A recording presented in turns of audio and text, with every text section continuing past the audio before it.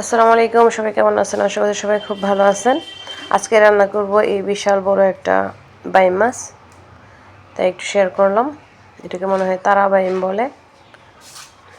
মাছটা বোনা করব, সঙ্গে থাকেন। কিভাবে করেছি, আগে মাছটা আমি সুন্দরভাবে পিস পিস করে কেটে নিচ্ছি। যেহেতু বড় মাছ, মশলা ঢোকার একটা সিস্টেম আছে, তার জন্য মানে ছোট ছোট করে পিস করে নিচ্ছি, তাহলে খেতে ভালো লাগবে।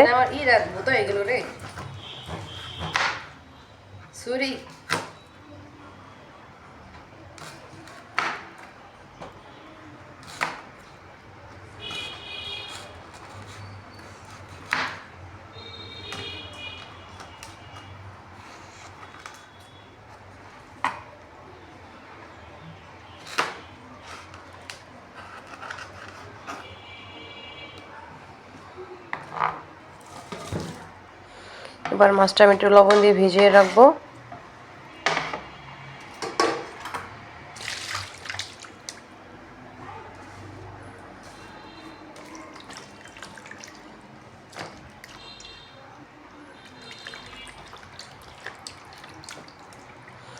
আর লবণ দিয়ে ভিজিয়ে রাখলে মাছের একটা এক্সট্রা গন্ধ থাকে, সেটা চলে যায়।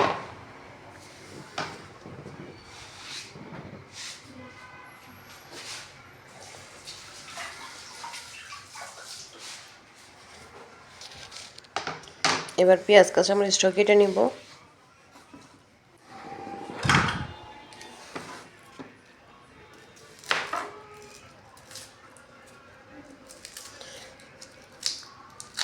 পেঁয়াজটা ছিলিয়ে তারপরে আমি কেটে নিব। আর সাথে আমি একটা কাঁচামরিচ নিলাম, আর সাথে একটা টমেটো নিয়েছি। আমি বাইম মাছটা টমেটো দিয়ে রান্না করব।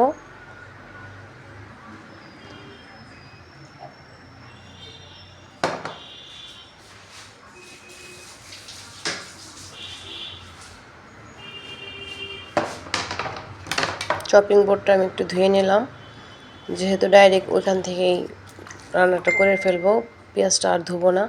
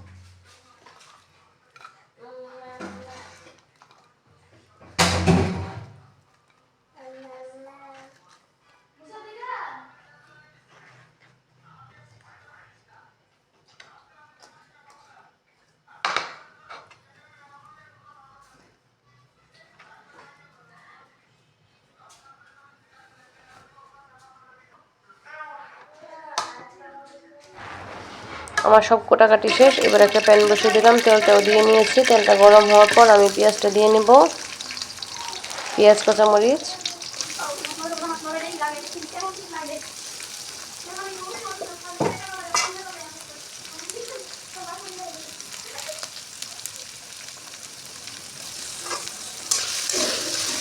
এবার পেঁয়াজটা ভালোভাবে ভেজে নিব।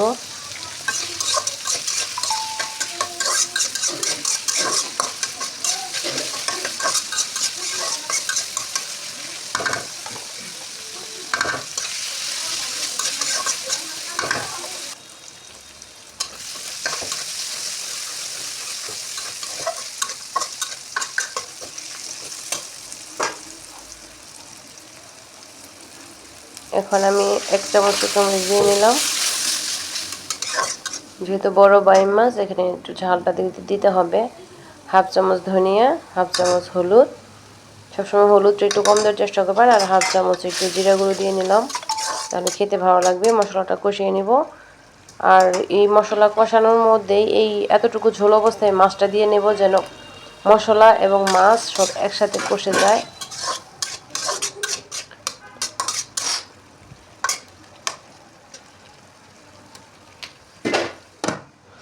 আমি ঢেকে ভালোভাবে কষিয়ে নেব। এটা দেখতে পাচ্ছেন অলরেডি মানে অনেকটুকু কষানো হয়ে গিয়েছে, তেলটা ছেড়ে দিয়েছে। এই পর্যায়ে আমি টমেটোগুলো দিয়ে নিব, আর টমেটো দিয়ে আমি ভালোভাবে কষাবো। আর মোট কথা টমেটোটা আমি গলিয়ে ফেলবো কষাতে কষাতে, তাহলে খেতে অনেক ভালো লাগবে।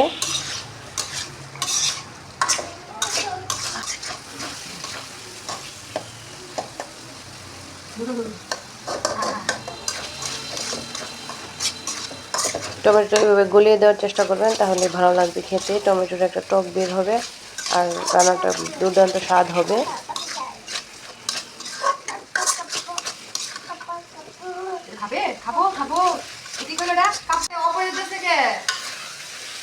এইভাবে বাইম মাছটা রান্না করলে ভীষণ মজা হয়। ভিডিওর এই পর্যন্ত যারা চলে আসছেন প্লিজ একটা লাইক দিন, নতুন থাকলে সাবস্ক্রাইব করে অল বাটন অন করে রাখবেন, যেন নিত্য নতুন রেসিপি সহজে পৌঁছে যায়। আর এখানে সব ধরনের মজা মজা আইটেমের রান্না করা হয়, নিত্যদিনের নতুন নতুন রান্না। পানিটা দিয়ে নিয়েছি। 10 মিনিট কুক করার পর রান্নাটা হয়ে যাবে।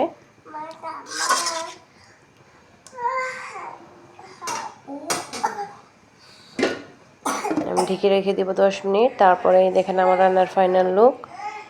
মাশাআল্লাহ, কালার আর ঝোলটা তো ভীষণ মজা।